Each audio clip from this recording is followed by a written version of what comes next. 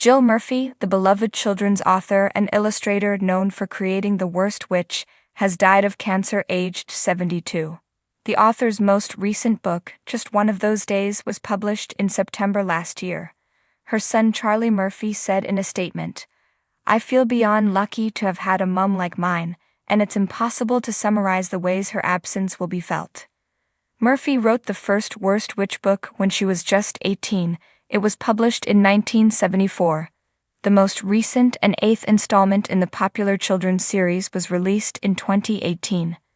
The books were first adapted for TV in 1986, and there have been 2 subsequent series, one made in the 1990s and another that ran during the 2010s. The books were also adapted for the stage. Pamela Todd, Murphy's friend and agent for more than 30 years, said, "It's a sad day for children's books. Jill was so creative, beautiful, and funny. Her genius lay in the way both the child and the adult could identify with her stories, which she wrote and illustrated herself. Children who grew up on Peace at Last, Whatever Next, and The Large Family are now buying the books for their children's children.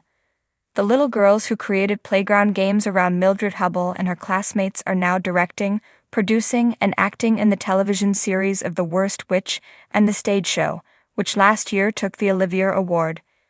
Jill was just coming into her prime and had so much more to offer. This is a great loss, not least to me personally, but we are comforted that she leaves an amazing legacy of books for generations to come." Belinda Eoni Rasmussen, managing director of Macmillan Children's Books, added, "She had an unparalleled talent for storytelling through words and pictures."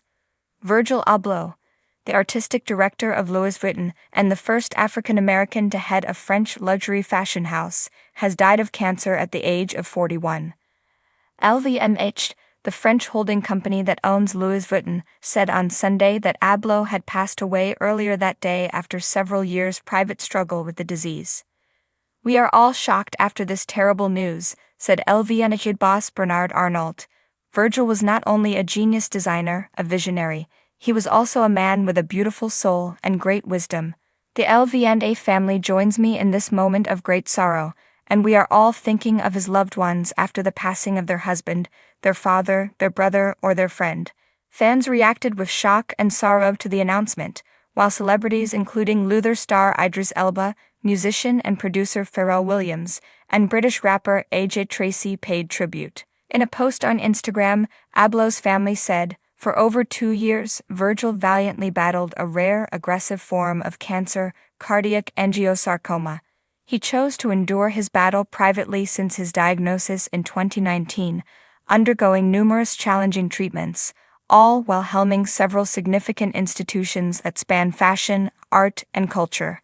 Through it all, his work ethic, infinite curiosity, and optimism never wavered.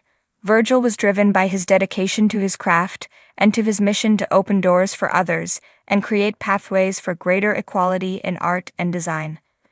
We thank you all for your love and support, and we ask for privacy as we grieve and celebrate Virgil's life." Abloh, the child of Ghanaian immigrants who grew up in Chicago and trained as a civil engineer and then an architect, made his name through collaborations with the rapper Kanye West, with whom he began working in 2002 at the age of 22. "We got into about 60% of the shows," Abloh said about that time in a 2017 interview with W Magazine. "We were a generation that was interested in fashion and weren't supposed to be there. We saw this as our chance to participate and make current culture. In a lot of ways, it felt like we were bringing more excitement than the industry was." After a stint as the creative director of Mr. West's design agency Donda, and art director for Mr. West, and Jay-Z's 2011 album Watch the Throne, Abloh launched his own Milan-based streetwear brand in 2013 called Off-White. Though he had no formal training in fashion, he had learned much from his seamstress mother and took omnivorous inspiration from art, music, architecture, politics, furniture design, and clothing both high and low.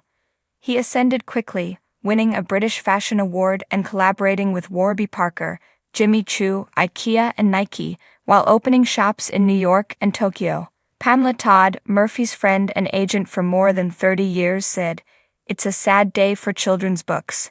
Jill was so creative, beautiful, and funny." Her genius lay in the way both the child and the adult could identify with her stories. Thank you for your distinctive vision and for inspiring a generation. Virgil Abloh is survived by his wife Shannon Abloh, his children Lo Abloh and Gray Abloh, his sister Edwina Abloh, and his parents Nee and Eunice Abloh. Coronation Street star Johnny Briggs, who played Mike Baldwin on the popular soap, has died aged 85 after a long illness, his family said.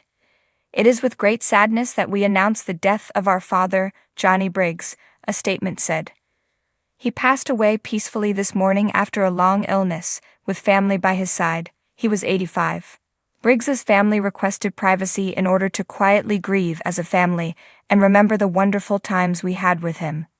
First appearing in Coronation Street in 1976, Briggs went on to star in 2,349 episodes of the soap, leaving in 2006. He cited the intense filming schedule as the reason for his departure. His character, who had been ill with Alzheimer's for several months, was killed off in a moving scene with Ken Barlow, played by William Roach, after escaping from hospital then suffering a heart attack. The two characters had been embroiled in a feud for years over the affections of Ken's longtime love, Deirdre, the late Anne Kirkbride. The saga was a fan favorite that even had Briggs's co-stars transfixed. It was compulsive viewing, you couldn't help but watch, Beverly Callard said in a Coronation Street special about Ken Barlow. They were natural enemies, those two, and I never knew how much of it was for real.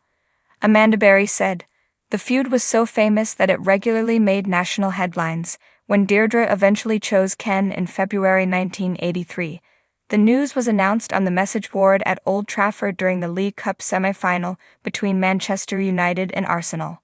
The message read, Ken and Deirdre reunited. Ken won Mike 0, prompting roars of approval from the crowd. Briggs, who also had roles in Carry On Films and Holby City, received a Lifetime Achievement Award at the British Soap Awards in 2006. He was awarded an MBA in the New Year Honours in 2007. John Travolta, Jamie Lee Curtis, and numerous other celebrities have paid tribute to Cheers star Kirstie Alley following her death from cancer at age 71.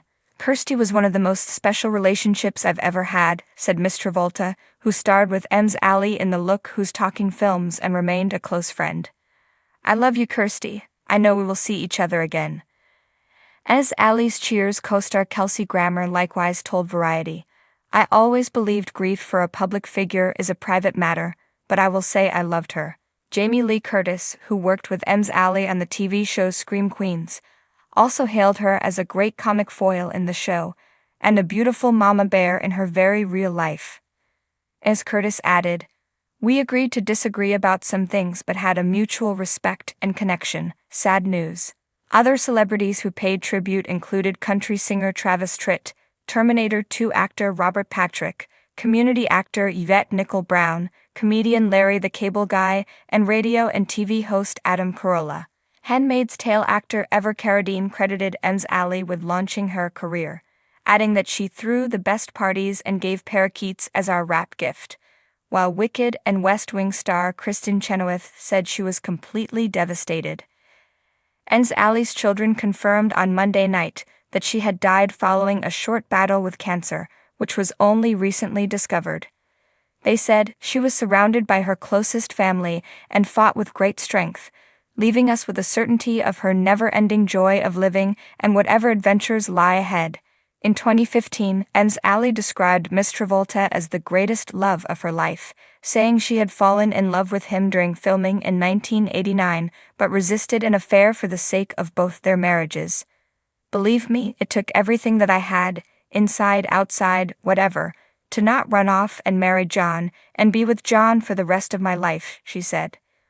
When asked why she didn't leave her former husband earlier, they divorced in 1997.